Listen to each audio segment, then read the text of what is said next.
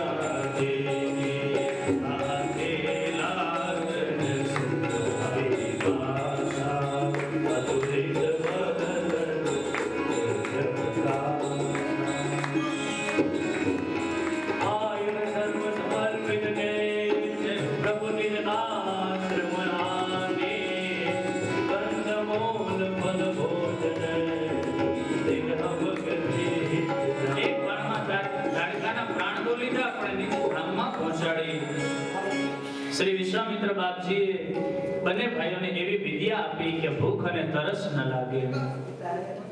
પછી તો જ્યાં વિશ્વામિત્રનો આશ્રમ હતો ત્યાં ભગવાન પધાર્યા। સાંજે બંને ભાઈઓ ગુરુજીની સેવા કરે છે।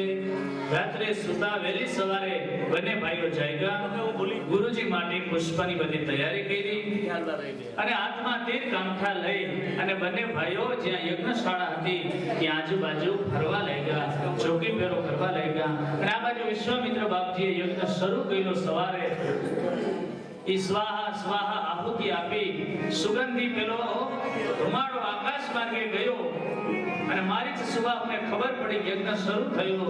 અપવિત્ર પદાર્થો લઈ અને યજ્ઞમાં વિઘ્ન કરવા આવે છે। ભગવાન શ્રી રામનું ધ્યાન પડ્યું અને બાણ માર્યું। બીનું ફરમાન રામ તે મારા સદજો જન ગા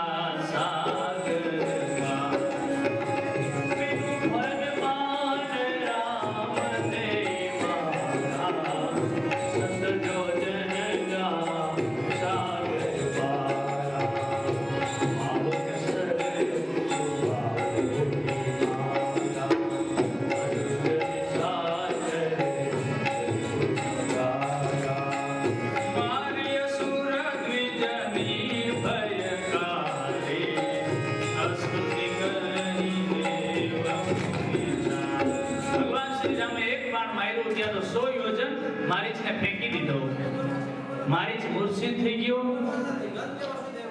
પણ ભગવાન એને માર્યો નહીં। શું કામ? કે ભગવાનને ખબર છે કે હજી આને સોનાનો મૃગલો બનવું બાકી છે। નાટકમાં જેની જરૂર હોય ને એને રજા ન દેવાય। ભલે પડદા પાછળ બેઠો બેઠો બીડીયું પીતો હોય પણ એને રાખવો પડે, છેલ્લે જરૂર પડે। એટલે ભગવાન માર્યો નહીં પણ બુંધુ બાણ માર્યું, 100 યોજન ફેંકી દીધો। મારીચને થયું કે કદાચ અણીવાળું જો બાણ માર્યો હોત તો હું ભગવાનના ધામમાં વયો ગયો હોત। પછી વિઘ્નો કરતા બંધ થયા। વિશ્વામિત્રનો યજ્ઞ પરિપૂર્ણ થયો। ભગવાનની કૃપા હોય તો જ આપણો યજ્ઞ પરિપૂર્ણ થાય। પછી ભાગવત સપ્તાહ જ્ઞાન યજ્ઞ હોય કે પછી કોઈ યજ્ઞ હોય, પ્રભુની કૃપા વગર દક્ષનો યજ્ઞ ત્યારે પૂર્ણ થયો, ભગવાનની કૃપા થઈ ત્યારે। દક્ષ એટલે જીવ, એને અહંકાર કર્યો હું યજ્ઞ કરીશ, પણ ભગવાનની શિવની કૃપા વગર કાર્ય પરિપૂર્ણ ન થાય। હવે બીજો યજ્ઞ એક શરૂ થવાની તૈયારી। ધનુષ યજ્ઞ શ્રી સીતાજીના સ્વયંવરની કથા સંભળાવે છે। એક નિર્જન આશ્રમ આવ્યો જ્યાં કોઈ માણસો રહેતા નહોતા। ભગવાન શ્રી રામે પૂછ્યું કે ગુરુદેવ આ કોનો આશ્રમ છે? આશ્રમની આગળ એક પથ્થર હતો। વિશ્વામિત્ર હસવા લાગ્યા, બાપજી આપ તો બધું જાણો છો પણ માનવ લીલા કરો છો ને। સાંભળી લ્યો, આ ગૌતમ મહારાજનો આશ્રમ છે। અને બાપજી જે આગળ બેટા રામ જે આગળ પથ્થર પડ્યો ને શિલા, એ કોઈ પથ્થર નથી, એ ગૌતમના ઋષિ એના પત્ની અહલ્યા છે। इंद्र एक बार कपट કર્યું। ઋષિ સંધ્યા કરવા ગયા હતા અને ખબર પડી ઋષિએ શાપ આપ્યો કે જા ઇન્દ્ર તારા શરીરમાં 1000 છિદ્ર થઈ જશે। પત્નીને કીધું તું પથ્થર બની જઈશ। પછી અહલ્યાને પસ્તાવો થયો, ક્ષમા માંગી. અહલ્યાને રૂપનો અહંકાર હતો, ક્ષમા માંગી. એટલે ગૌતમ ઋષિએ કહ્યું કે જા, જ્યારે ભગવાન શ્રી રામ આશ્રમે આવશે અને એના પગની રજ નો સ્પર્શ થશે ત્યારે તારો ઉદ્ધાર થશે. આજે યોગ ગયો. ગુરુજીએ કહ્યું, બેટા રામ, તમારો પગ અડાડો અને આ પથ્થરમાંથી અહલ્યાનો ઉદ્ધાર થાય. ભગવાન શ્રી રામે કહ્યું, ગુરુદેવ, અમે તો રઘુવંશના રાજા કહેવાય, રઘુવંશના બાળકો કહેવાય, કોઈ સ્ત્રીને અમે પગ ન અડાડીએ. ભગવાને આ પગ ઊંચો કર્યો અને એકદમ પવન આવ્યો, ભગવાનના પગમાંથી રજ ઉડી અને રજનો સ્પર્શ થયો. પથ્થર જેવો કતે અતિ અનુરાગા બરબસ બ્રહ્મ સુખઈ મન ત્યાગા. આને જોઈ અને બ્રહ્મ સુખ ભગવાન મળે એવો મને આનંદ થાય છે. મારા જનકજી ઓળખી ન ગયો. હે વિશ્વામિત્ર બાપજી, સ્વયં ભગવાન તો બાળક બની નથી આવ્યા ને, આટલા સુંદર બાળકો. વિશ્વામિત્ર મનમાં વિચાર કરે કે ખરેખર જનક મહારાજ ઓળખી ગયા હોય એવું લાગે છે. પણ વિશ્વામિત્રએ ભગવાન શ્રી રામ માનવ લીલા કરે છે એટલે એવો પરિચય આપ્યો કે દશરથ રાજાના દીકરા છે અને મારો યજ્ઞ પરિપૂર્ણ કરવા માટે જંગલમાં પધાર્યા છે. આવો સામાન્ય પરિચય આપ્યો. જનક મહારાજને મનમાં વિચાર એવો કે અરે, અને મીઠી ઈર્ષા પણ થયો કે આવા દીકરા તો મારે ક્યાં થવા જોઈએ. દશરથ રાજાને ત્યાં આવા દીકરા થયા. ચાલો, આનો બાપ તો ન બની શક્યો, પણ જનક મહારાજ કે કોઈ ને કોઈ આની સાથે અંગત નાતો બાંધવો છે. હવે આનો ગુરુ ન બની શકું, કારણ કે વિશ્વામિત્ર સાથે હતા. શિષ્ય ન બનાવી શકું. હજી એક સંબંધ બાકી છે. કયો? કે જો આનો સસરો બની જાવ અને જમાઈ બનાવી લઉં તો પણ મને અતિ આનંદ આવે. પણ હવે એને જમાઈ કેમ બનાવું? કારણ કે સીતાજીનો નિયમ હતો કે સ્વયંવરમાં કે જે ધનુષ્ય તોડે એને સીતાજી વરમાળા ફેરાવે. પણ જનકજીને એવો મોહ થયો કે કોઈ ને કોઈ રીતે આની સાથે મારે સંબંધ બાંધવો છે. પછી તો સુંદર મજાના ભવનમાં એમને ઉતારો આવ્યો. સાંજના સમયે રામ લક્ષ્મણ બંને ભાઈઓ જનકપુર નિહાળવા નીકળ્યા. જનકપુરના પુરુષો અને સ્ત્રીઓ ભગવાનના દર્શન કરે છે અને બહેનો ભગવાનને પ્રાર્થના કરે કે હે ભગવાન, આના હાથે ધનુષ્ય તૂટે. હે ગણપતિ દાદા, હે માતાજી, જેના જેના ઈષ્ટદેવ હતા ને એ બધાને પ્રાર્થના કરવા લાગ્યા કે આમના હાથે ધનુષ્ય તૂટે એવી કૃપા કરજો. એક બેને કીધું કે આના હાથે ધનુષ્ય તૂટે તો સીતાજીના એમની સાથે લગ્ન થાય, આપણે શું ફાયદો? બીજી બેને કીધું ભલે સીતાજીના લગ્ન થાય ને તો પછી આપણા ગામના એક જમાઈ થાય, વર્ષે 2 વર્ષે 6 મહિને આટો દેવા આવે તો એમના દર્શન થાય. કેવા આપણા ભાગ્ય. સુંદર મજાના બધા અર્થ કરી રહ્યા છે. નગરને નિહાળીને ભગવાન ઉતારે એવા ગુરુજીની સેવા કરે. વહેલી સવારે ભગવાન શ્રી રામ અને લક્ષ્મણ જાગે છે. ગુરુજી માટે ફૂલ વીણવા માટે પ્રભુ પુષ્પ વાટિકામાં બગીચામાં માળીની રજા લીધી અને કીધું કે મારા ગુરુજી માટે ફૂલ વીણીએ. માળીએ કીધું પ્રભુ તમારો જ બગીચો છે, જેવા ફૂલ જોઈએ એવા તમે વીણી લ્યો. જો ભગવાન રામ છે એ મર્યાદાનો અવતાર છે. ભગવાન ક્યાંય મર્યાદાનો ભંગ નથી કરતા. ફૂલ વીણવા હોય તોય માળીની રજા લે. આ સમયે કૃષ્ણ ભગવાન હોય તો માળી ઊંધો નાખ્યો અને બગીચામાંથી ફૂલ ન વીણે, છોડવા જ ઉપાડે. પછી એમ કે ગુરુજી ભાવે એવા ફૂલ તોડી લ્યો. ભગવાન કૃષ્ણની લીલા બધી અટપટી છે. જ્યારે પ્રભુ રામ તો મર્યાદાનો અવતાર. માળીની રજા લીધી. બંને ભાઈઓ બગીચામાં ફૂલ વીણે છે. વહેલી સવારનો સમય. શ્રી સીતાજી સહેલીઓની સાથે માં ભવાનીની પૂજા કરવા જાય છે. એવો સુંદર યોગ થયો. તેહી અવસર સીતા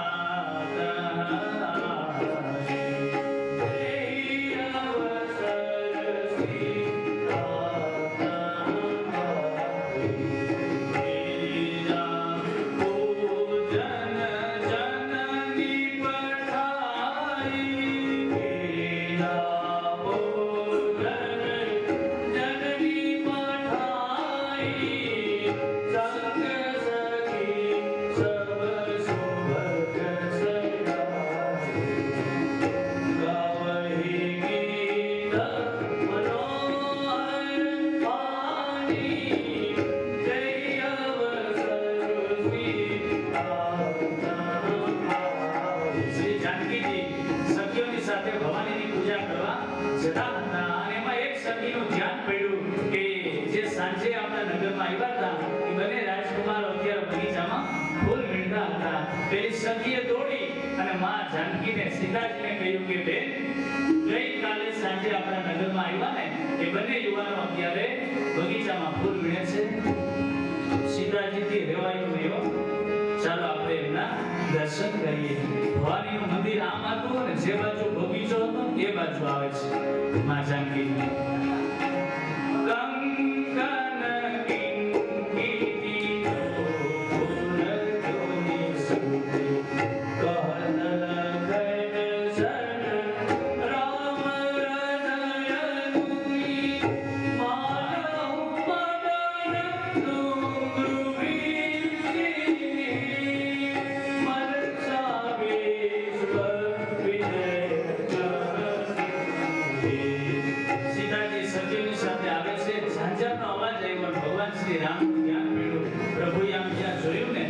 જાનકીજી હતા, રામ અતિ ભોળા એટલે લક્ષ્મણજીને કહ્યું કે જો ભાઈ આ આવે છે ને એ જનકની દીકરી જાનકી છે અને આજે એનો સ્વયંવર છે.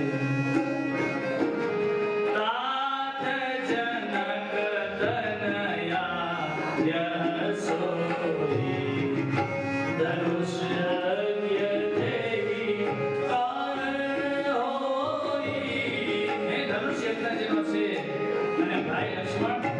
સાચું કહું, આપણે રઘુકુળના કહેવાય, આપણું ક્યાંય મન લોભાય નહીં, પણ ભોળા રામ છે ને એટલે હૃદયની વાત બતાવી દીધી કે આને જોઈ મારું મન એમાં લોભાય છે.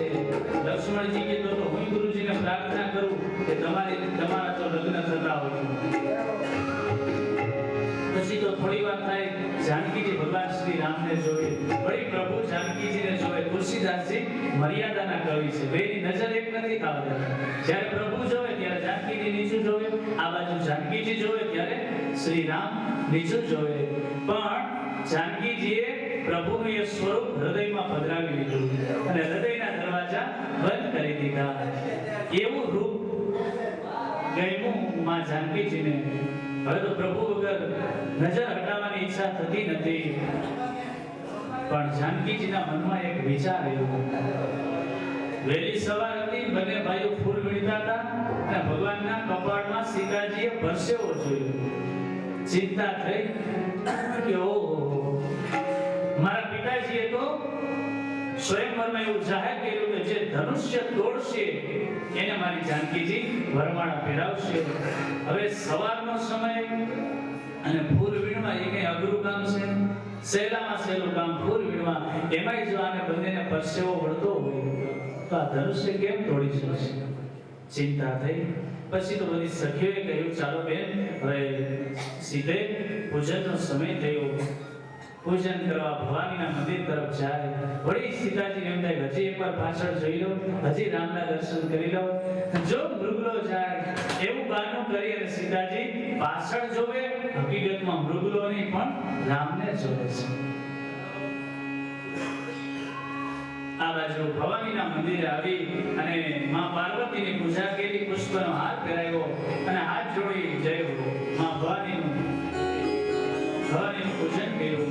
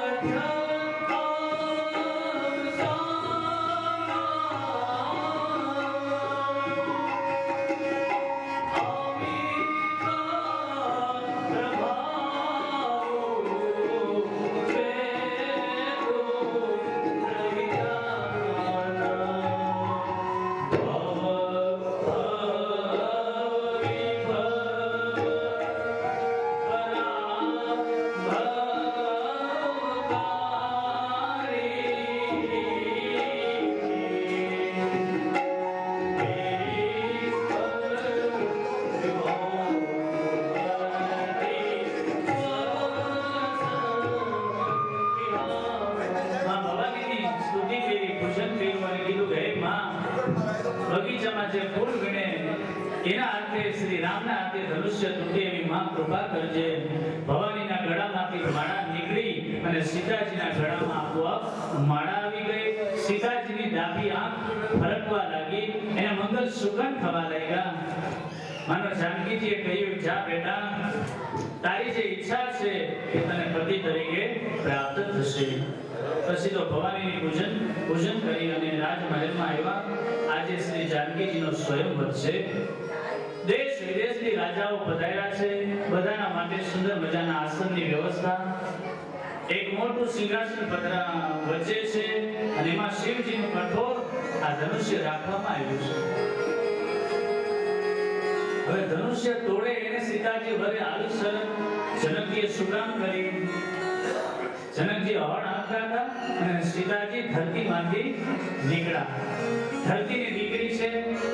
જનકજી વિચાર કરે કે આ તો કોઈની શક્તિ ખોવાયેલી છે, મારા ત્યાં ન રખાય.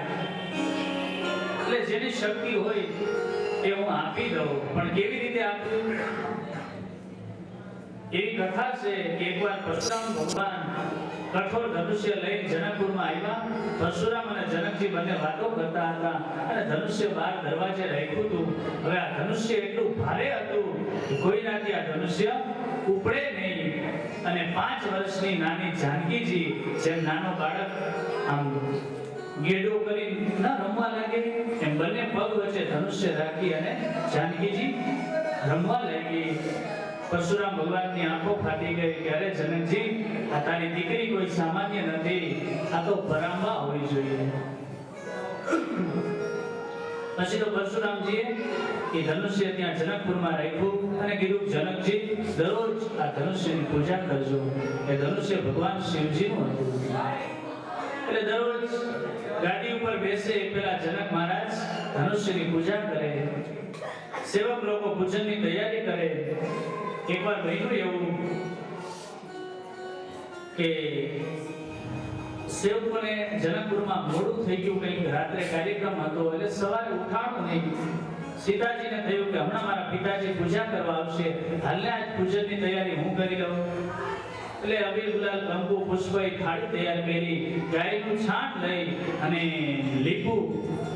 સેવકોએ દરરોજ લીપતા પણ ધનુષ્યની નીચે લીપતા નહીં. આજે જાનકીજીએ ડાબા હાથે ધનુષ્ય ઊંચું કર્યું અને જમણા હાથે લીપી દીધું. જનકજી પૂજન કરવા આવ્યા, જોયું કરે આ ધનુષ્ય નીચે કોણે લીપ્યું હશે. સેવકોને બોલાવ્યા, ભાઈ આજે પૂજનની તૈયારી કોણે કરી? સેવકો ડરવા લાગ્યા, મહારાજ આજે રાત્રે અમારે કાર્યક્રમમાં મોડું થયું તો અમારાથી તૈયારી થઈ નથી. જનક મહારાજ કે એ વાત નથી, પણ આ ધનુષ્યની નીચે લીપું કોણે? ત્યાં તો 5 વર્ષના જાનકીજી આગળ આવ્યા, પિતાજી પૂજાની તૈયારી આજે મેં કરી, કઈ ભૂલ રહી ગઈ? અરે બેટા, આ ધનુષ્યની નીચેથી કેમ લીપું? અરે બાપુજી, એ કઈ પૂછવા જેવો પ્રશ્ન? ભોળા સીતાજી આમ દેખાડે છે, આમ કરી ડાબા હાથે ધનુષ્ય ઊંચું કર્યું અને જમણો હાથ આમ બતાવ્યો. જનક મહારાજની આંખો ફાટી ગઈ.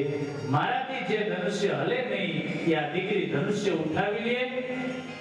ખરેખર આ કોઈ મહાન શક્તિ છે અને આ શક્તિ કોઈની ખોવાયેલી છે. જનકજીએ વિચાર કર્યો કે આ શક્તિ જેની હોય ને, આ શક્તિ જો આટલી શક્તિશાળી છે તો આનો સ્વામી આનાથી વધુ શક્તિશાળી હોવો જોઈએ.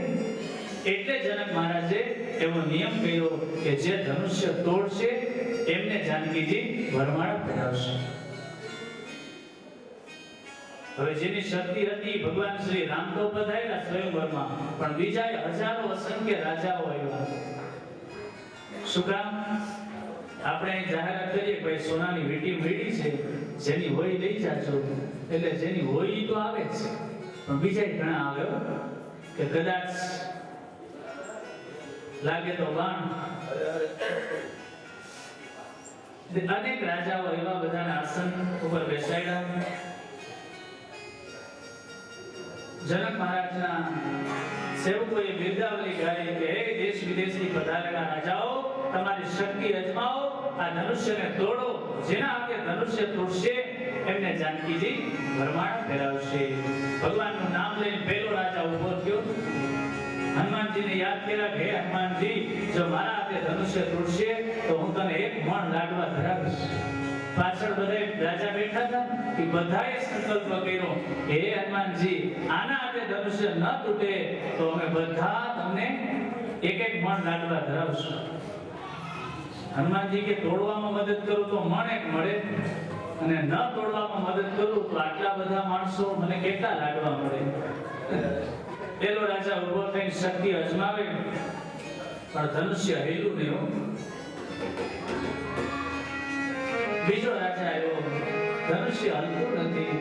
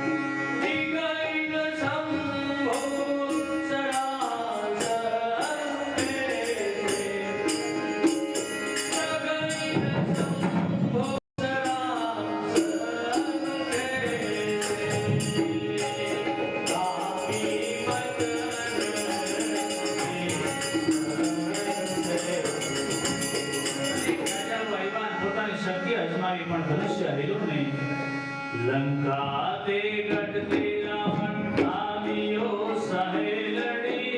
લંકા તે ગઢ રાવણ લંકા તે ગઢ રાવણ આવ્યો સહેલડી. લંકા તે ગઢ રાવણ આવ્યા કરણ કુંભ આવ્યા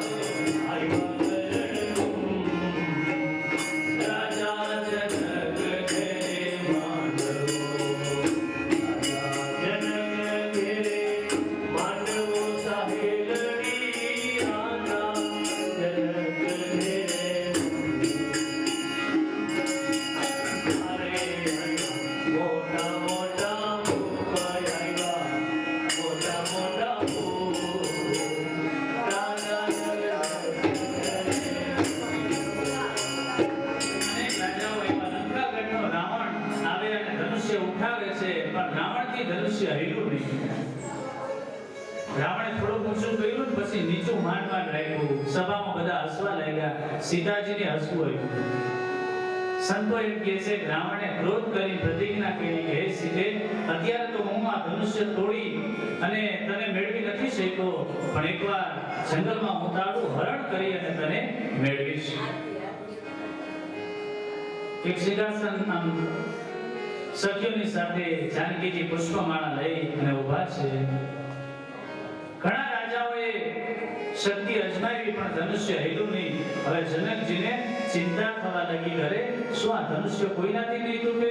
શું મારી દીકરી કુંવારી રહેશે? જનકજીથી રહેવાયું નહીં.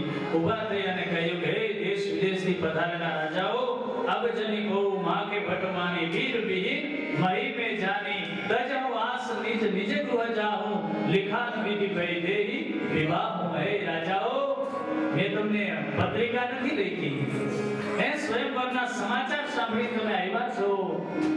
આટલા રાજાઓ હોવા છતાં કોઈને ત્યાં ધનુષ્ય તૂટતું નથી. જાઓ, તમારી આશા છોડો અને હવે ઘરનો રસ્તો પકડો. મને લાગે છે કે આ ધરતી હવે વીર વિહીન ક્ષત્રિયનો દીકરો રહ્યો નથી.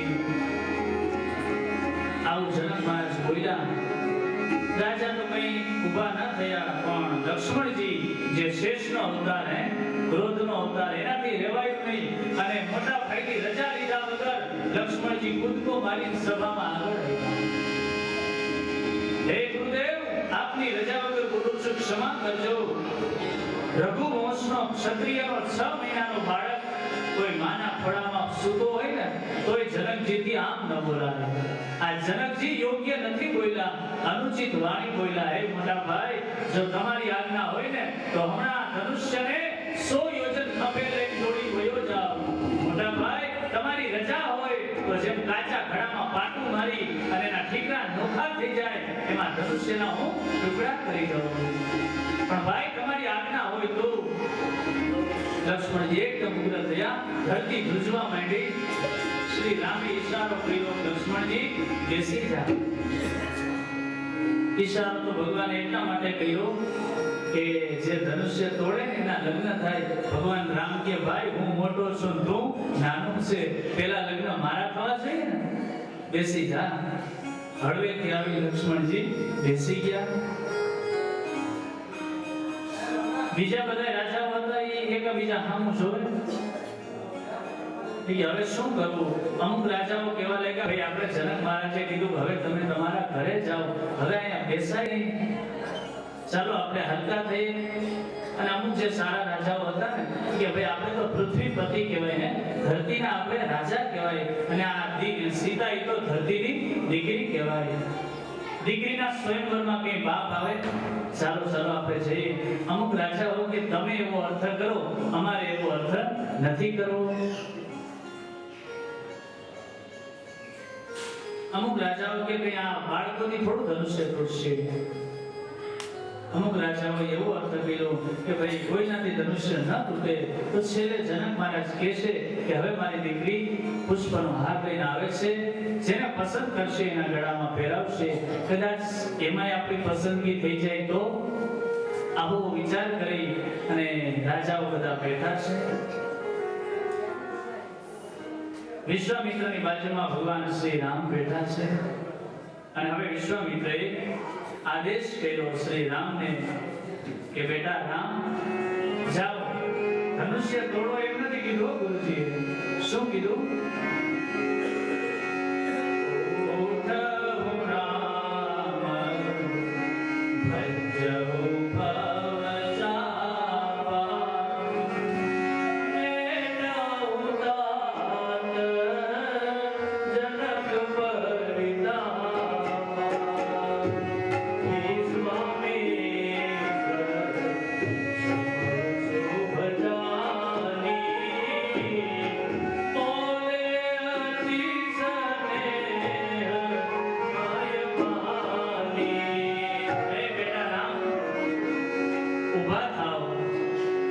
ધનુષ્યને તોડો નહીં, પણ જનક મહારાજની ચિંતાને તોડો.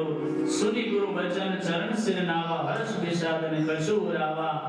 ભગવાન શ્રી રામને સુખ અને દુઃખ મનમાં છે નહીં. જેમ કેસરી સિંહ જંગલનો ઊભો થાય એમ ભગવાન શ્રી રામ સભામાં ઊભા થયા. બધા જોવા લાગ્યા કે આ નાના બાળકથી શું ધનુષ્ય તોડશે.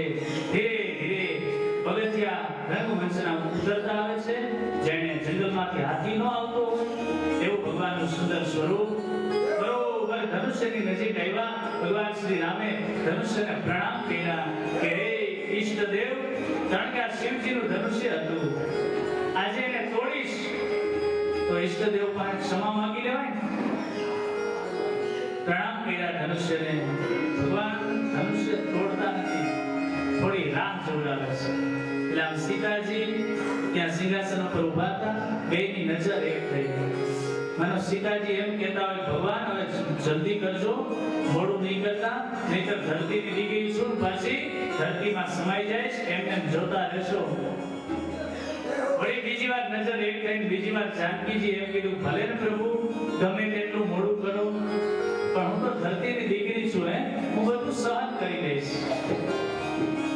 ચાર ભગવાન શ્રી રામે પરિક્રમા કરી અને હવે ધનુષ્યને તોડવાનો વિચાર કરે. કેવી રીતે ધનુષ્ય તોડું. ભગવાન કે જો બધાની સામે આમ ધનુષ્યના ટુકડા કરીશ ને તો બધાને ખબર પડી જશે કે આ રામ કોઈ સામાન્ય નથી, સાક્ષાત ભગવાન છે.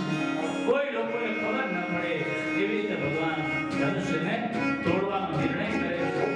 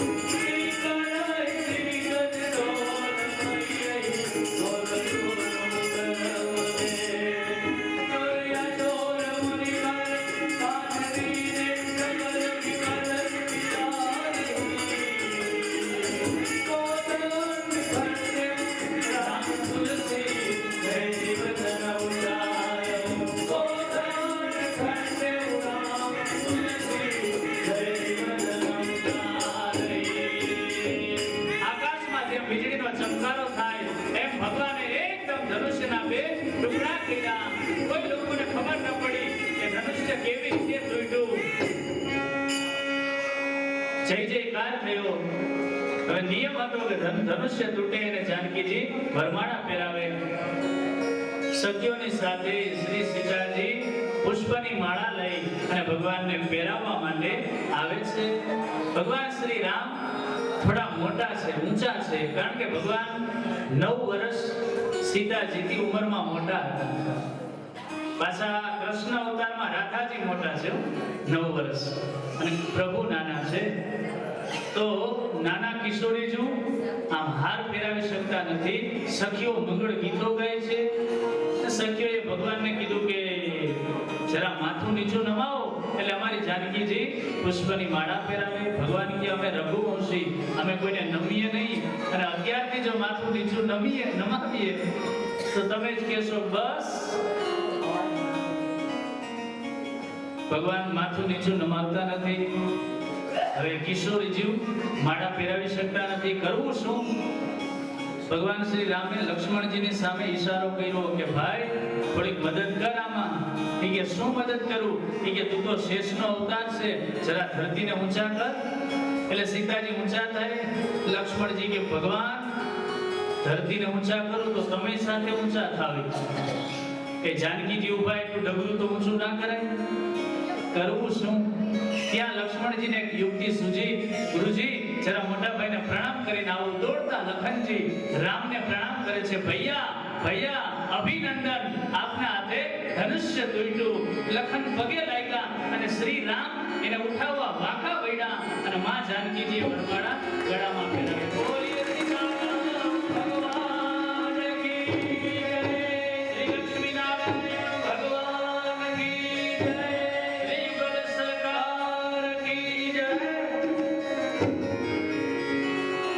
ભગવાનના આ વિવાહની સુંદર મજાની કથા. પછી તો સીતારામના લગ્ન તો થયા, પણ જનક મહારાજની એવી ઈચ્છા કે દશરથ મહારાજને હું સમાચાર આપું અને જાન લઈ અયોધ્યામાંથી જનકપુરમાં પધારે. 2 સેવકોને કહ્યું, જનકજીએ 2 સેવકોને મોકલ્યા અયોધ્યામાં. સેવકોએ આવી દશરથજીને ચિઠ્ઠી આપી અને કીધું કે આપના દીકરાએ ધનુષ્ય તોડ્યું છે, માટે આપ મોટી જાન લઈ અને જનકપુરમાં પધારો. મહારાજ દશરથજી અતિ પ્રસન્ન થયા. બંને ભરત અને શત્રુઘ્નના માર્ગદર્શન નીચે મોટી જાન, હાથીઓ, ઘોડાઓ, રથ તૈયાર કરવામાં આવ્યા અને જાન જનકપુરમાં આવી જાનના હમૈયા કર્યા. કેટલા દિવસો તો જાન રોકાણ, 6 મહિના સુધી રોકાય છે. અને પછી લગ્નનું મુહૂર્ત કાઢવામાં આવ્યું. નારદજીએ મુહૂર્ત કાઢ્યું, બ્રહ્માજીએ મુહૂર્ત કાઢ્યું. મંગલ મૂળ લગન દિનો આવા હિમ ઋતુ અગહન માસ સુહાવા માગસર સુદ પાંચમનો દિવસ ભગવાનના લગ્નનું શુભ મુહૂર્ત આવ્યું. એક ભાઈના નહીં પણ એ લગ્ન મંડપમાં ચારેય ભાઈઓના લગ્ન થાય છે. બધા ખૂબ આનંદમાં દિવસો વ્યતીત થાય. 6 મહિના સુધી જનકપુરમાં જાન રોકાણી અને પછી દશરથ મહારાજે હાથ જોડીને કહ્યું, હવે અમને રજા આપો. 6 મહિના પછી રજા આપે અને ચારેય દીકરીઓને વિદાય આપી અને જાન અયોધ્યામાં પધારી વિશ્વામિત્ર વિદાય થયા. મહારાજ દશરથજી સુંદર રીતે રાજ ચલાવે છે. એકવાર મહારાજ દશરથજી રાજગાદી ઉપર બેઠા અને એમાં રાજાનું ધ્યાન આરીસામાં ગયું. આરીસામાં રાજાએ મુખ જોયું, ત્યાં કાન પાસે સફેદ વાળ જોયા. મહારાજ દશરથજીએ વિચાર કર્યો કે હવે સફેદ વાળ થયા, હવે આ રાજગાદી ઉપર બેસાય નહીં. સુમનજીને વાત કરી કે સુમનજી, મારી ઈચ્છા એવી છે કે હું રામને રાજા બનાવું. ત્યાં તો સુમનજી અતિ પ્રસન્ન થયા કે ખરેખર મહારાજજી, તમારી ઈચ્છા નહીં, અયોધ્યાના બધા લોકોની ઈચ્છા છે કે હવે રામ રાજા થાય. એમાં બધાની હા છે. વશિષ્ઠ બાપજી પાસે દશરથજી ગયા અને કીધું, ગુરુજી સારું મુહૂર્ત આપો કે જે મુહૂર્તમાં મારો રામ રાજા થાય. ગુરુજીએ કહ્યું, હે રાજા, જે સમયે રામ ગાદી ઉપર બેસે એ જ મુહૂર્ત શ્રેષ્ઠ છે. ગુરુજીએ એમ નહોતું કીધું કે આવતીકાલે રામને રાજા બનાવશે. એ તો બાપની ઈચ્છા. અયોધ્યાના બધા લોકોને કહેવામાં આવ્યું કે ભાઈ આવતીકાલે આપણો રામ રાજા થશે. આખું અયોધ્યા શણગારવામાં આવ્યું. ઘરે ઘરે આંબા આસોપાલવના તોરણ બાંધવામાં આવ્યા. ઘરે ઘરે દીવડાઓ પ્રગટાવી અને અયોધ્યાના લોકો કોઈ સુતા નથી. દીવડા પ્રગટાવી ઘરે રંગોળીઓ પૂરે અને અયોધ્યાના લોકો રાત્રે બધા ગીત ગાય છે. એ થશે રામજી રાજા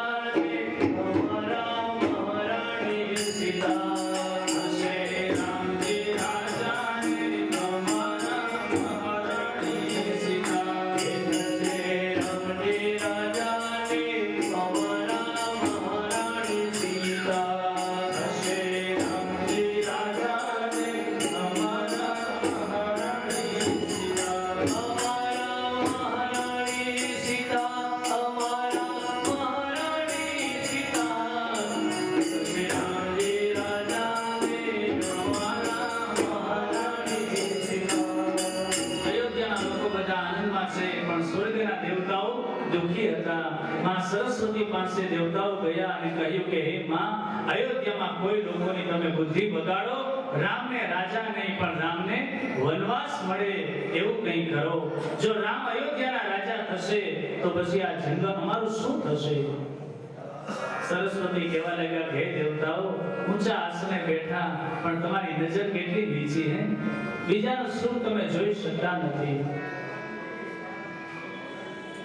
અને ખરેખર બહેનું એવું, કથા તો બહુ વિસ્તારથી છે પણ કૌશલ્યાની દાસી અને કૈકેયીની દાસી એ બંને રસ્તામાં મળ્યા. કૌશલ્યાની દાસીએ કૈકેયીની દાસી જેનું નામ છે મંથરા, એને કીધું કે ભાઈ મને તો આવતીકાલે રામ રાજા થવાના છે ને, એના બદલામાં 5 ગામડા આપ્યા, તને કઈ આપ્યું? મંથરાને ક્રોધ આવ્યો. જઈને કૈકેયીને વાત કરી, કૈકેયી તને કઈ ખબર છે શું? બોલે આવતીકાલે રામ રાજા થવાના. કૈકેયી અતિ પ્રસન્ન થયા. એના ગળામાં સોનાનો હાર હતો ને, એ મંથરાને પહેરાવી દીધો, કારણ કે રામ ઉપર કૈકેયીને અતિ પ્રેમ હતો. પણ એ હાર મંથરાએ તોડી નાખ્યો અને કીધું, કૈકેયી તું અતિ ભોળી છે, તને ખ્યાલ નથી, આમાં રાજાનું કપટ છે. જો અત્યારે ભરત અને શત્રુઘ્ન મોસાળ છે અને રાજાની એવી ઈચ્છા છે કે રામ રાજા થાય, કૌશલ્યા રાજમાતા બને અને પછી તને દાસી બનાવવામાં આવશે. કૈકેયી આવું સાંભળવાય રાજી નહોતા, પણ કૈકેયીના મંથરાનો સ્પર્શ થયો, કૈકેયીના હૃદયમાં કળિયુગે પ્રવેશ કર્યો. કઈ કઈ પૂછ્યું મંત્રા તો હવે મારે શું કરવું જોઈએ? બોલે તું ગોપ ભવનમાં જા અને રાજા જ્યારે આવે તારા બે વચન બાકી છે, એ બે વચનમાં પહેલું વરદાન માંગજે કે મારો ભરત રાજા થાય, અને બીજું વચન માંગજે કે રામને વનવાસ. ગોપ ભવનમાં કઈ કઈ ગયા. આ બાજુ મોડી રાત્રે મહારાજ દશરથજી આવ્યા. મંત્રાને પૂછ્યું ક્યાં છે કઈ કઈ? બોલે તો ગોપ ભવનમાં. મહારાજ ત્યાં ગયા. અરે દેવી તમે અત્યારે અહીંયા? કોઈ સારો પ્રસંગ હોય ને એટલે રાણીઓ આ પ્રસંગે હરીસાય અને પછી એને જે જોઈતું હોય રાજા આપે. માગી લે કઈ કઈ તારે શું જોઈએ?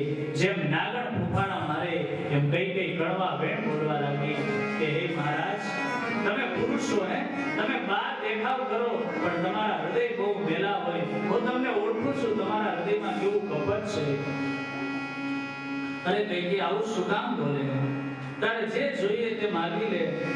કઈ કઈ કે મારે જાજુ કઈ નથી જોઈતું, માત્ર મારા બે વચન બાકી છે ને એ તમે આપો. મહારાજ દશરથજી કે દેવી બે નહીં 4 વચન માગી લે, હું તને આપવા તૈયાર છું. કઈ કઈ કહ્યું આપશો તો ખરા ને? પછી ના નહીં પાડું. દશરથજી કે અરે દેવી રઘુકુળ રીતિ સદા ચલી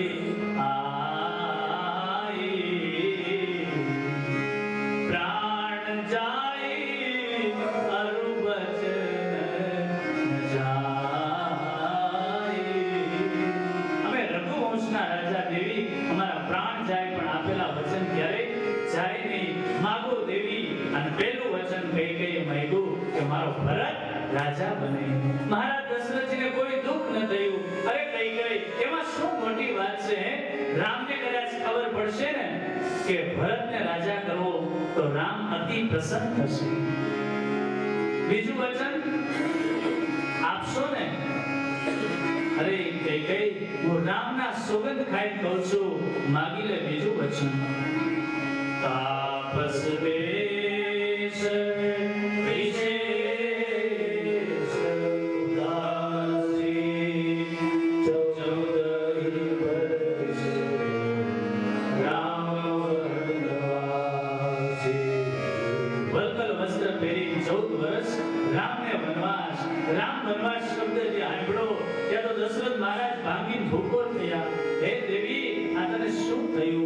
હજી તારું બીજું વચન પાછું લઈ લે. કઈ કઈ ક્રોધ કરી બોલવા લાગ્યા કે જો તમે આપી ન શકો એમ હો તો મને ના પાડી દો. આવું શું કામ કરો છો? હે કઈ કઈ મારા રામે તારું શું બગાડ્યું? હે શું કામ એને વનવાસ આપે છે? કે તો તને પાયે લાગુ. હે કઈ કઈ આજ કે તો અમારા પગમાં પડવું, કે તો પ્રાણ ત્યાગું રે, કે તો તને પાય લાગો, કે તો પ્રાણ ત્યાગું રે, કે તો રે ભિખારી બની ભીખ માગું રે, વનનો દેવા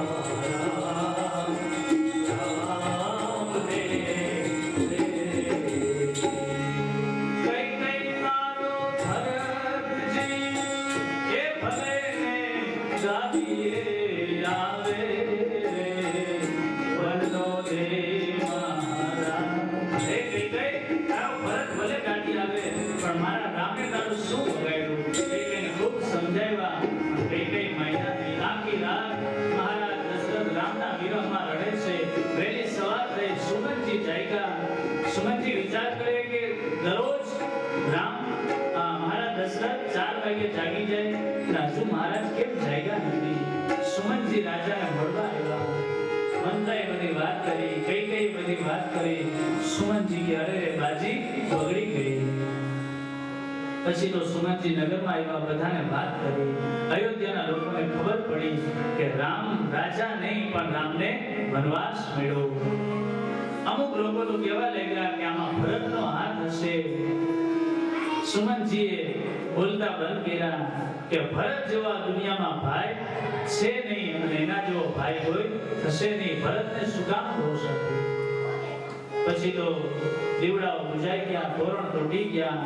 જે પ્રભુ ગાદીએ બેસવાના હતા એ વલ્કલ વસ્ત્રો અને વનમાં જવા માટે સીતાજીને ખબર પડી. સીતાજી કે હું પણ સાથે આવીશ. લક્ષ્મણજી પણ સાથે તૈયાર થયા. રામ, લક્ષ્મણ અને ભરત પિતાને પ્રણામ કરવા આવ્યા. મહારાજ દશરથજી હાથ જોડ્યા, બેટા રામ, તે મારી બધી આજ્ઞાનું પાલન કર્યું છે, પણ આજે તું મારી આજ્ઞાનું પાલન નહીં કરતો. અરે પિતાજી, આપણે તો રઘુવંશના કહેવાય, શું કામ ચિંતા કરો? 14 વર્ષ કાલે પૂરા થઈ જશે, કાલે હું પાછો આવીશ. પિતાને પ્રણામ કરી અને વલ્કલ વસ્ત્રો પહેરી રામ, લક્ષ્મણ અને જાનકીજી અયોધ્યાના લોકોને પ્રણામ કરીને વિદાય થાય. પણ અયોધ્યાના બધા લોકો સાથે હે રામ, અમે હવે અયોધ્યામાં નહીં રહે. અવધ કહા જહાં રામ નિવાસુ. અયોધ્યા તો ત્યાં છે કે જ્યાં ભગવાન રામનો નિવાસ છે. અહીંયા રહી તમારે શું કરવું? અયોધ્યાના બધા જ લોકો સાથે આવ્યા. તમસા નદીને કિનારે પ્રથમ મુકામ કર્યો. રાત્રે બધા સૂતા છે. ભગવાન રથ લઈ લખન અને જાનકીજી જંગલમાં આગળ ગયા. સવારે અયોધ્યાના લોકો બધા જાગ્યા. ભગવાન મેળાની રડતા રડતા અયોધ્યામાં પાછા પધાર્યા. સુમન રથ લઈ અને રામને જંગલમાં આગળ લઈ જાય. ત્યાં ગંગાજી નદી ને કિનારે કેવટ છે. આ કેવટની નૌકા લઈ અને ભગવાન ગંગા પાર કરે છે. સુમંતને કહ્યું કે હવે તમે પાછા અયોધ્યામાં જાઓ. સુમંતનો ખાલી રથ અયોધ્યામાં આવે છે. મહારાજ દશરથજીને ખબર પડી કે મારો રામ પાછો ન આવ્યો. કૌશલ્યાના ખોળામાં દશરથજીનું માથું છે. રામ રામ કહી રામ, રામ રામ કહી રામ, તનુ હરિ હરિ રઘુબર વિરહું, રામ ગયો સુરધામ. 6 વાર મહારાજ દશરથજી રામ રામ બોલી અને ભગવાનના ધામમાં ગયા. આ બાજુ ભગવાન જંગલમાં પંચવટીમાં નિવાસ કરે. ત્યાં ઝૂંપડું કરી ભગવાન રહેતા હતા. ત્યાં શૂર્પણખા આવે છે. ભગવાનને કહે છે મારી સાથે તમે લગ્ન કરો. લક્ષ્મણજી દ્વારા ભગવાન એના નાક કાન કપાવે છે. આ શૂર્પણખા રાવણની બેન હતી.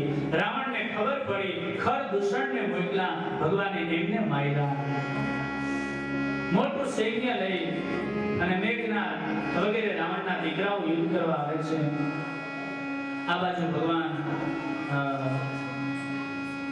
એ પેલા રાવણ સીતાજીનું હરણ કરી લઈ જાય.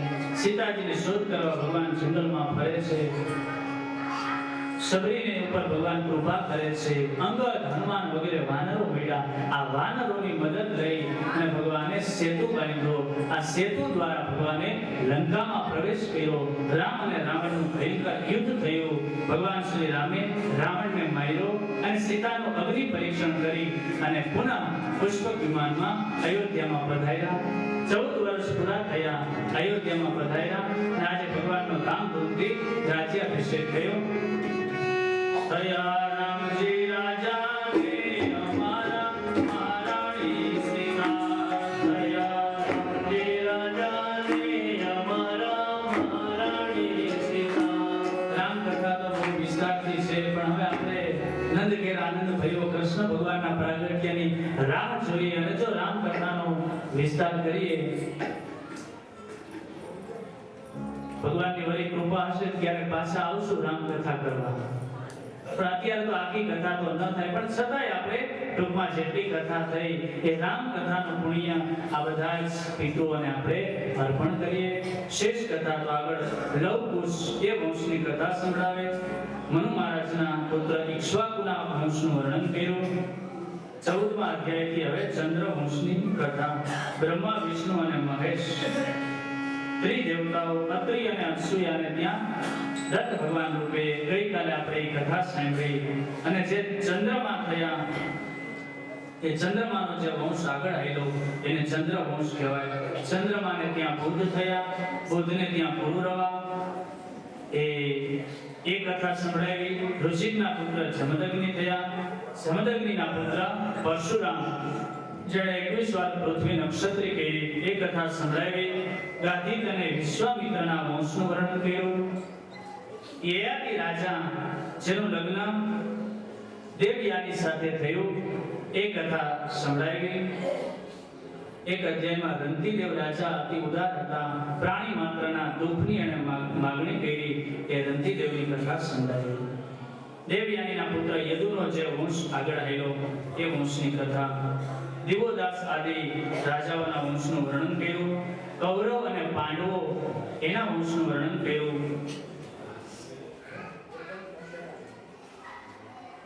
યદુ વંશમાં આગળ સુરસેન નામના રાજા થયા. આગળ જતા આહુક થયા. આહુકને 2 પુત્રો થયા, દેવક અને ઉગ્રસેન. સુરસેનને ત્યાં વસુદેવ થયા. દેવક રાજાએ 7 કન્યાઓના લગ્ન વસુદેવ સાથે કર્યા. દેવકની પુત્રી સૌથી નાની, જેનું નામ છે દેવકી, અને આ દેવકીના 8મા બાળક તરીકે ભગવાન શ્રી કૃષ્ણનું પ્રાગટ્ય થયું. 9મા સ્કંદનું પુષ્પ ભગવાનના શ્રી ચરણોમાં સમર્પિત, અને હવે 10મા સ્કંદમાં ભગવાન શ્રી કૃષ્ણનું પ્રાગટ્ય. શ્રી બાલકૃષ્ણ આ 10મા સ્કંદ એ ભગવાનનું હૃદય છે, અને ભગવાનનો ક્યાં નિવાસ છે? ઈશ્વર સર્વભૂતાનાં હૃદયે જનતિષ્ઠતિ. દરેકના હૃદયમાં ભગવાનનો વાસ છે. તો આ 10મા સ્કંદ એ ભગવાનનું હૃદય, અને 10મા સ્કંદમાં ભગવાનનો વાસ છે. બધા સ્કંદો છે, પણ 10મા સ્કંદમાં ભગવાનના પ્રાગટ્યની કથા છે. આરંભમાં શ્રી પરીક્ષિત મહારાજે હાથ જોડીને પ્રશ્ન કર્યો. કથિતો સવિસ્તારો ભવતા સોમસૂર્યયો રાગણામ ચો ભયશ્યાનામ ચરિતમ પરમાદ્ભુતમ. હે ગુરુદેવ, આપે મને સૂર્યવંશ અને ચંદ્રવંશના રાજાઓની કથા સંભળાવી. મેં કથા સાંભળી, પણ હવે ચંદ્રવંશમાં આગળ મારા પ્રભુ પ્રગટ થવાના છે, માટે હે ગુરુજી, એ કથા થોડી મને વિસ્તારથી સંભળાવજો. જે ભગવાનની કૃપાથી માના પેટમાં હું હતો, અને અશ્વત્થામાના એ બ્રહ્માસ્ત્રથી જે ભગવાને મારી રક્ષા કરી, જે ભગવાનની કૃપાથી મારા વડવાઓ પાંડવો હસ્તિનાપુરની ગાદીને પ્રાપ્ત કરી શક્યા, અને જે ભગવાનની કૃપાથી હું પણ એ ગાદી ઉપર બેઠો. દિગ્વિજય સમયે મેં અનેક રાજાઓના મોઢેથી મારા ઈષ્ટદેવ ભગવાનની કથા મેં સાંભળી છે, પણ હે ગુરુદેવ, અનુસંધાન રહ્યું નથી, માટે આપ થોડી વિસ્તારથી કથા સંભળાવો. 11 વર્ષ અને 52 દિવસ ભગવાને વ્રજમાં જે લીલા કરી, 14 વર્ષ મથુરામાં જે લીલા કરી, અને 100 વર્ષ દ્વારકામાં જે લીલા કરી, એ બધી જ લીલાઓની કથા હે ગુરુદેવ કૃપા કરી અને મને સંભળાવો.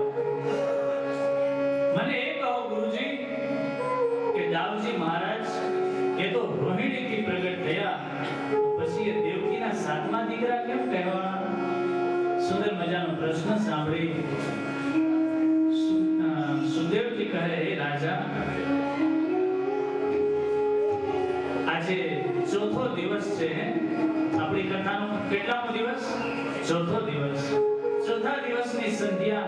4 દિવસ સુધી તમે જલપાન કર્યું નથી, કઈ ફલાહાર કર્યું નથી, તો રાજા થોડું તમે ફલાહાર કરી લ્યો. પરીક્ષિત મહારાજે હાથ જોડ્યા કે હે ગુરુદેવ, વાણી દ્વારા જણાવ્યું કે હે કંસ, જે તારી બેન દેવકીને તું આટલો પ્રેમ કરે છે, એના 8મા બાળકથી તારો તાર છે. અને કંસનો વર્તનનો ઢંગ બદલાયો. રથને ઊભો રાખ્યો, કંસ નીચે ઉતરો, અને ખડગ જ્ઞાનમાંથી બહાર કાઢી તલવાર લઈ માં દેવકીને મારવા જાય. વસુદેવજીએ હાથ ચાલી લીધા કે હે કંસ, લગ્ન જેવો પવિત્ર સમય અને તારા બેનની હત્યા કરીશ? કંસે કહ્યું કે વસુદેવજી તમે સાંભળ્યું નહીં આકાશવાણીએ શું કીધું? વસુદેવજીએ કહ્યું હું પણ તને એ જ બતાવું છું કે આકાશવાણીએ દેવકીના 8મા બાળકથી તારો પ્રાણ કીધો છે. દેવકીથી તો તારું મૃત્યુ નથી ને, તો પછી આને શું કામ મારે છે? હું તને વચન આપું છું કે જેટલા બાળકો થશે એ બાળકો હું તને આપી દઈશ. કંસની બુદ્ધિમાં વાત ઉતરી. વસુદેવ અને દેવકીને હાથમાં હાથકડી, પગમાં બેડીના બંધન નાખી અને કારાગૃહમાં પૂરી દેવામાં આવ્યા. લોઢાના તાળા મારી દીધા. વસુદેવ દેવકી ભગવાનનું સ્મરણ કરે છે. ધીરે ધીરે સમય વ્યતીત થયો. 1 વર્ષ થયું અને વસુદેવને ત્યાં દીકરાનો જન્મ થયો. જન્મતાની સાથે એ દીકરાને કાળના મોઢામાં મૂકવો એ મા બાપને કેટલું દુઃખ થાય ને.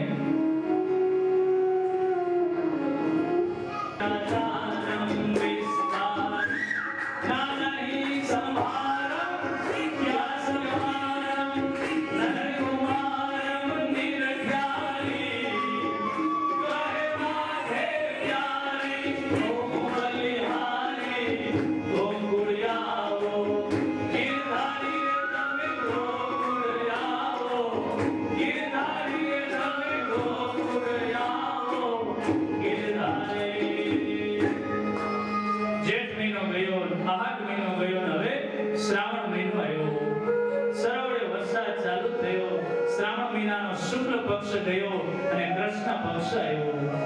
અંધાર્યું, એકમ ગઈ, બીજ ગઈ, ત્રીજ ગઈ, ચોથ ગઈ, પાંચમ ગઈ, છઠ ગઈ, સાતમ ગઈ અને આઠમની રાત આવી. આજે એ આઠમની રાતે આખી દુનિયાને અજવાળું કરવા શ્રી પ્રભુ આ ધરતીમાં પધારવાના છે. ભગવાન વસુદેવના હૃદયમાં આવે છે. પહેલા ભગવાન વિશ્વાત્મા ભક્તાનામ અભયંકર આવિવેશં શશાકેન મને આનંદં દુભે. મથુરા નગરીના બધા લોકો સુતા છે. ગ્રહોની તાત્કાલિક મીટિંગ ભરાણી કે આપણે એવી જગ્યાએ ગોઠવાઈ જાય જેથી કનૈયાની કુંડલી અતિ સારી બને. વસુદેવજી ભગવાનનું નામ સ્મરણ કરે છે.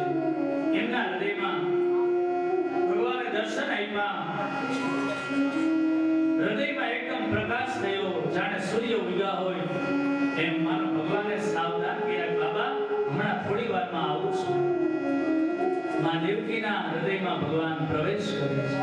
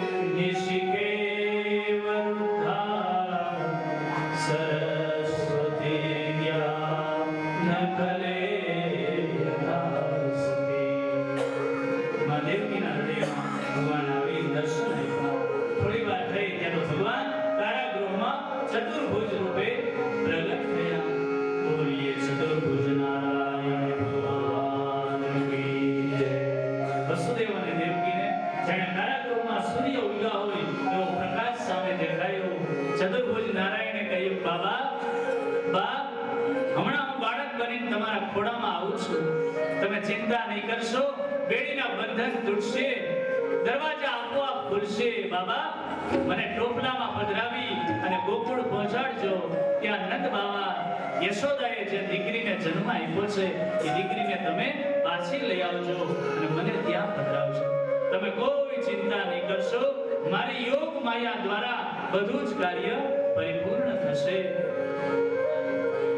દેવતાઓ એવા સત્યવ્રતમ સત્યપરમ ત્રિક સત્યમ સત્યસ્ય યોનિમ નિહિતમ ચ સત્યે સત્યસ્ય સત્યામૃત સત્ય નેત્રમ સત્યાત્મકમ ત્વામ શરણમ પ્રપન્નાઃ.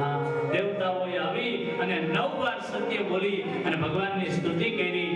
માનો દેવતાઓએ એમ કીધું કે હે કૃષ્ણ પ્રભુ, આપ જે ધરતીમાં લીલા કરશો એ બધું સત્ય હશે. આપ કોઈના ચીર હરશો, એ ચીરનું હરણ કરશો એ પણ સત્ય હશે. અને આપ કોઈના ચીર પૂરશો એ પણ સત્ય હશે. આપ કોઈનું વેઠું ખાશો એ પણ સત્ય હશે. આપ કોઈને જૂઠું ખવડાવશો એ પણ સત્ય હશે. દેવતાઓ વિદાય થયા. ક્ષણવારમાં ભગવાને બાળ સ્વરૂપ લીધું. બાળકના રૂપે માં દેવકીના ખોળામાં પ્રભુનું પ્રાગટ્ય થયું. બોલીએ બાલ કૃષ્ણ લાલ કી જય. તમદ્ભુતમ બાલકમંબુજેક્ષણમ ચતુર્ભુજમ શંખ ગદાયુધાયુધમ. અદ્ભુત બાળકના માં દેવકીએ દર્શન કર્યા. માં દેવકીની આંખમાંથી દળ દળ અશ્રુઓ પડવા લાગ્યા. માએ મુખ ચુંબન કર્યું. વસુદેવજીએ કહ્યું, દેવી લાવો હવે મોડું ન કરાય, નહીંતર સ્કંદના દરવાજા આપોઆપ ખુલી ગયા. અને શ્રાવણ મહિનાની મેઘની રાત, અંધારી રાતમાં વસુદેવજી ટોપલા ઉપર લાલાને પધરાવી અને ગોકુળ તરફ ચાલવા લાગ્યા. કાળી કાળી કોટડીને એ કાળી એની કાયા રે, એ દિયના અંગમાં વિટાણો કાળો અંધકારો રે, દેવકીજી તારો દીકરો રે. એવું અંધારું હતું. વસુદેવજી ક્યાં પગ મૂકે એનો ખ્યાલ નથી. વીજળીને એમ થયું કે આજે જો બ્રહ્મના બાપને આપણે ઉપયોગી નહીં થાય તો આપણો ઉપયોગ ક્યારે થશે? આકાશમાં વીજળીના ચમકારા થવા લાગ્યા. માનો વસુદેવજીને વીજળી એમ કહેતી હોય કે આમ આવો, આમ આવો. અને વીજળીને ચમકારે ચમકારે વસુદેવજી ગોકુળ તરફ. યમુનાજીને ચરણ સ્પર્શનું પહેલું સુખ આપ્યું આ ધરતીમાં. અને યમુનાજીએ રસ્તો આપ્યો. પછી તો શેષ ભગવાને છત્ર કર્યું. અને રસ્તે રસ્તે વસુદેવજી આવ્યા ગોકુળમાં, જ્યાં યશોદાનું ભવન હતું ત્યાં ગયા. યોગ માયાને કારણે યશોદાજી સૂતા છે અને ઢોલિયા ઉપર બાળકી સૂતી છે. વસુદેવજીએ લાલાનું મુખ ચુંબન કરી અને લાલાને ત્યાં સુવડાવ્યો અને એની પુત્રી હતી એને ટોપલામાં પધરાવી અને પાછા વસુદેવજી મથુરામાં આવ્યા. આપોઆપ દરવાજાના તાળા લાગી ગયા, બેડીના બંધન થઈ ગયા. માયા આવી ને એટલે માયાએ રડવાનું શરૂ કર્યું. એ રડવાનો અવાજ સાંભળ્યો દ્વારપાળોએ, મહારાજ, 8મા બાળકનો જન્મ થઈ ચૂક્યો. અને કંસ ખુલ્લું ખડગ લઈને આવ્યો. લાવ બેન, ક્યાં છે મારો કાર્ડ? દેવકીએ કીધું, ભાઈ આ તો અબળા છે, અબળા શું તને મારશે? કંસ મહારાજે કહ્યું, બેન એ અબળાનો ભરોસો ન કરાય, અબળા ક્યારે સબળા થાય. હે દેવકી હાથ જોડ્યા, ભાઈ મારા આશીર્વાદથી ભગવાન તને દીકરો દેશે અને આ દીકરીના હું એની સાથે લગ્ન કરીશ. અરે કંસકીએ, બેન મારો કાર્ડ અને એના પુત્ર વધુ તરીકે મારા ઘરમાં રાખું, લાવ. એમ કરી કંસે એ બાળકીના બંને પગ પકડી અને ગોળ ગોળ ફેરવી અને જ્યાં દિવાલમાં પછાડે ત્યાં તો અષ્ટભુજાળી યોગ માયા પ્રગટ થયા. હે કંસ, તું મને શું મારવાનો હતો? તારો કાળ તો ત્યારનો સલામત સ્થાને પહોંચી ગયો. અને હવે કંસને ચિંતા થઈ, અરે રે આટલો ચોકી પેરો મજબૂત રાખ્યો છતાં મારો કાળ છટકીને ક્યાં ગયો હશે? કંસ ભલે ચિંતા કરે, હાલો આપણે જઈ ગોકુળમાં, જ્યાં લાલો પ્રગટવાનો છે. ગોકુળમાં વહેલી સવાર થયું અને બંસરીનો અવાજ સંભળાય છે. ગોવાળિયાઓ વેણુમાં પ્રાણ પૂરે છે.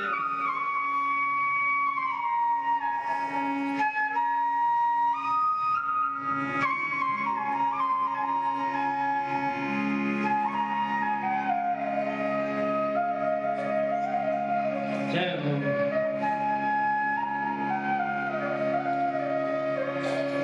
સુંદર મજાનું વાતાવરણ છે, શીતળ મંદ સુગંધ પવન વાય છે અને વહેલી સવારે નંદબાવા જાગે છે. ગૌશાળામાં ગાયોની સેવા કરવા માટે, ગાયોને લીલું નાખવા માટે નંદબાવા ગૌશાળામાં ગયા. બધા ગોવાળિયાઓ વહેલી સવારે જાગ્યા. પ્રભાતી રાગમાં પ્રભાતિયા ગાય છે. સુંદર મજાનું વાતાવરણ થયું. ભગવાન શ્રી કૃષ્ણ લાલો મનમાં વિચારે ક્યારનો આવ્યો પણ કોઈ બોલાવતું નથી. કોઈને ખબર હોય તો બોલાવે ને. માં યશોદાજી તો ઊંઘમાં હતા. બાલકૃષ્ણ પ્રભુ રડે છે. લાલાએ રડવાનું શરૂ કર્યું અને એ રડવાનો અવાજ માં યશોદાજીએ સાંભળ્યો અને જ્યાં ઢોલિયામાં જોયે ત્યાં તો બાજુમાં લાલો સૂતો. માં યશોદાજી ભાવ વિભોર થઈને બેઠા થયા કે અરે મેં બાવની સોતી રહી. લાલો ભયો બાલકૃષ્ણને ખોડામાં લીધા. લાલોએ રડે અને માં યશોદાજી રડે. બે ભાવ વિભોરો. લાલો ક્યાં માને ખબર પડી પણ માં તો મારા જેવી. હવે લાવ બીજા કોઈને જાણ કરું એટલે ભગવાને રડવાનો અવાજ વધાર્યો. નંદ બાવાના બેન જેનું નામ છે સુનંદા, ભાભીને બાળક આવે એમ છે એટલે સુનંદા ઘરનું કામ કરવા માટે આવ્યા છે અને વહેલી સવારે એ સંજવારી કાઢતા હતા અને એમાં બાળક શિશુ રુદનનો અવાજ સાંભળ્યો અને સુનંદા દોડી અને યશોદાનો જ્યાં દરવાજો ખોલે ત્યાં તો ઢોલિયા ઉપર માં યશોદા અને એના ખોળામાં લાલો રડે છે. અરે ભાભી એ ક્યાં? હા સુનંદા, ઠાકોરજીને કૃપા કી લાલો ભયો. અને સુનંદા એવા રાજી થયા, દોડતા દોડતા ગૌશાળામાં ગયા. ઓ ભૈયા એવા સુંદર સમાચાર તમે ક્યારેય નહીં સાંભળ્યા હોય. અરે શું છે બેન? બોલે એટલા સુંદર સમાચાર. બોલે સમાચાર વાત તો કર. ભૈયા આપકે ઘેર લાલો ભયો. અને નંદ બાબા એવા પ્રસન્ન થયા. નવ લાખો સોનાનો હાર પહેર્યો તો સુનંદાના ગળામાં પહેરાવી દીધો. ગાયોના પૂંછડા નંદ બાબાએ માથે લીધા. હે સુનંદા, ખરેખર આ ગાય માતાની કૃપા આપણા ઉપર થઈ. જાઓ ગોકુળવાસીઓને જાણ કરો સુનંદા ગામને ચોરે આવી. અરે ગોકુળવાસીઓ જાગો, નંદ ઘેર લાલો ભયો. સૌ લોકો અતિ પ્રસન્ન થયા.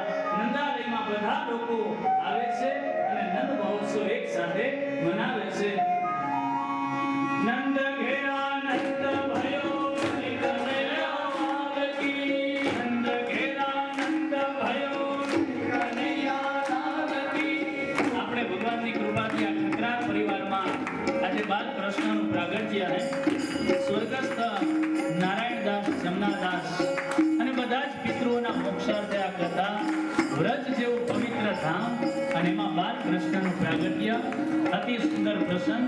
આપણે પ્રેમથી બધાએ આ પ્રસંગ ઉજવવાનો છે. તમને આનંદ આવશે એમાં